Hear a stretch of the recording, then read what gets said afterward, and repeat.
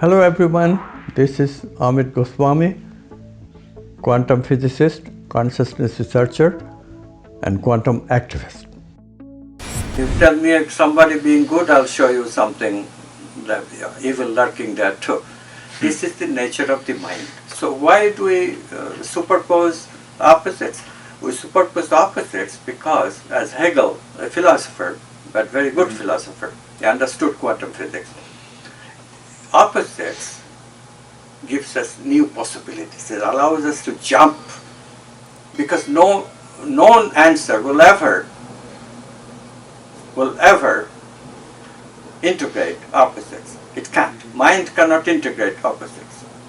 So you have to jump to this, what we call supramental, to this value domain of intuition, domain of creativity, and find a new possibility to find that which transcends both good and evil.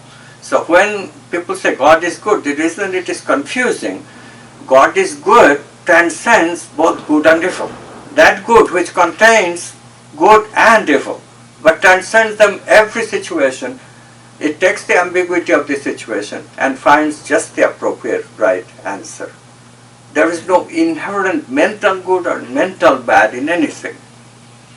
There is, however, a transcended good, and the process that you have to go through is the creative process that will transform that evil or good into that transcended good. In other words, it's a very good entry point to quantum consciousness. The whole spirituality, the whole tradition, all practices, anything that you do spiritual is ultimately gaining access to quantum consciousness. So the way of ethics is a very powerful one because and this is why evil is necessary. We need to do that because good-evil juxtaposition allows us to transcend as much as any other juxtaposition of opposites, conflicts in general. So why do we have conflicts? We have conflicts because conflicts help us to jump levels. And that jumping of the level is what takes us to quantum consciousness and allows us to choose the solution, the integration, the integrative movement. So this is one kind of answer that you can give in philosophy, and this is the closest the philosopher will come. In science, we can do a little bit better. In science, we can posit the whole idea of evolution, which is a scientific process. We have enormous evidence for it, right? So evolution occurs. And we now are finally getting evidence that there is some Darwinian kind of evolution which people know about, but there is also non-Darwinian evolution that is going on. What is this non-Darwinian evolution about? This evolution takes place all of a sudden, quantum leaps of evolution. This is why the fossil data is not continuous. It has gaps in it. What is the function of quantum leaps in evolution? How does it happen? Well, it happens through quantum leaps. We said it's a discontinuous transition that is taking place.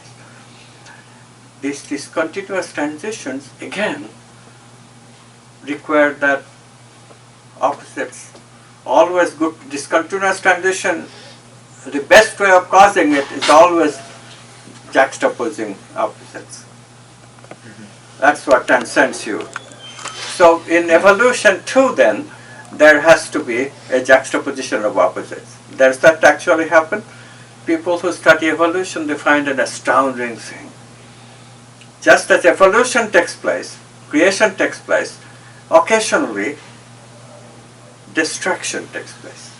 In biological kingdom, there is as much as creation going on, creation of species, new species, as much extinction also going on. Particularly there are specific eras in which there are havocs, just catastrophes that has taken place. There is geological evidence that 96% in one of these events, 96% of all of this is just passed away. So when you say Darwinism holds no water, because these are the things that actually has affected evolution much more than the continuous part that Darwin talks about. But what's the necessity of this destruction? The necessity is that destruction helps creativity to flourish. Creatively, new species, completely unsuspected species, takes the center stage because other species who were distracting the evolution of consciousness, they pass away. Dinosaurs, for example. Huge violent event took place because meteor showers probably came and completely wiped out these dinosaurs. Mammals already existed, but they were not getting anywhere because dinosaurs are so huge and so powerful, mammals had no chance. But now that the dinosaurs were wiped out, mammals flourished, and eventually human beings come into account. Okay, so this tells us that evil is part of creation. This is why in Hinduism, which is one of the most mature spiritual traditions, Shiva, the god of creativity, his dance has both of these aspects, creation and destruction at the same time.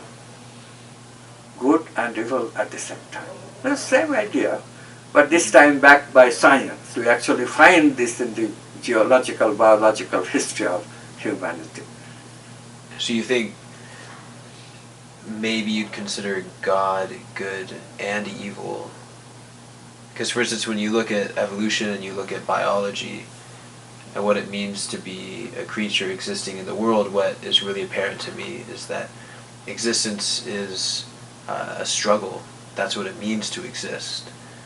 To exist means to struggle. To continue to exist means to be victorious in stages of that struggle. And as you go on... Don't put struggle all that highly.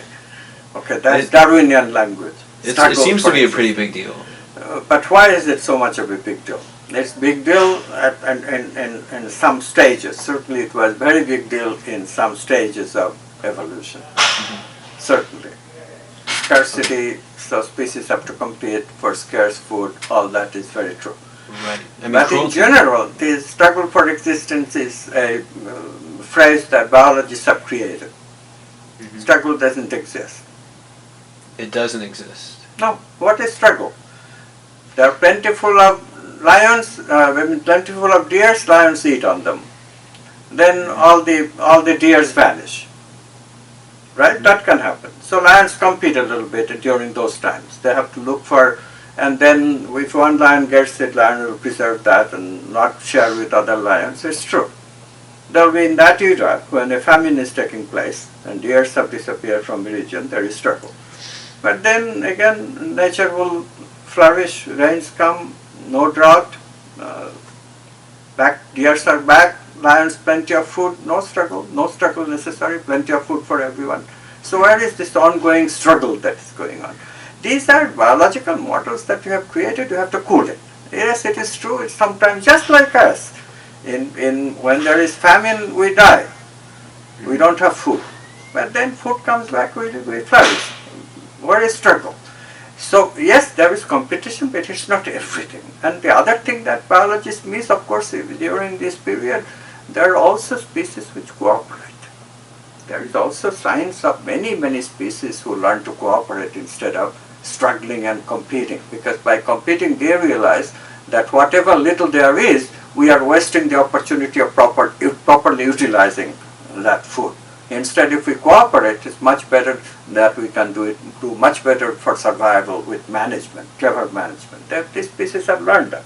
So is there cooperation or is there competition? We find there are both.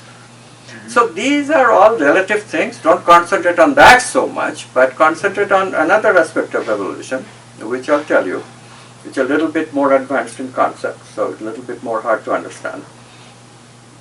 When we think of evolution not in Darwinian terms, but in terms of consciousness, we discover something very new, which is the job of the physical evolution is to manifest what is more subtle in us. For example, subtle feelings. Physical organs are representations of the subtle energies.